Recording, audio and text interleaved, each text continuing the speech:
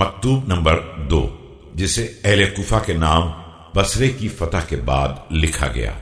بسم اللہ الرحمن الرحیم۔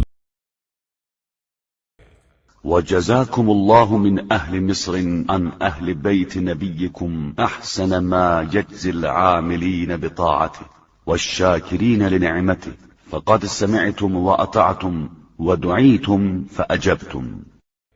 شہر کوفہ والو، خدا تمہیں تمہارے پیغمبر کے اہل بیت کی طرف سے جزائے خیر دے، ایسی بہترین جزا جو اس کی اطاعت پر عمل کرنے والوں اور اس کی نعمتوں کا شکریہ ادا کرنے والوں کو دی جاتی ہے کہ تم نے میری بات سنی اور اطاعت کی، اور تمہیں پکارا گیا تو تم نے میری آواز پر لبیک کہا۔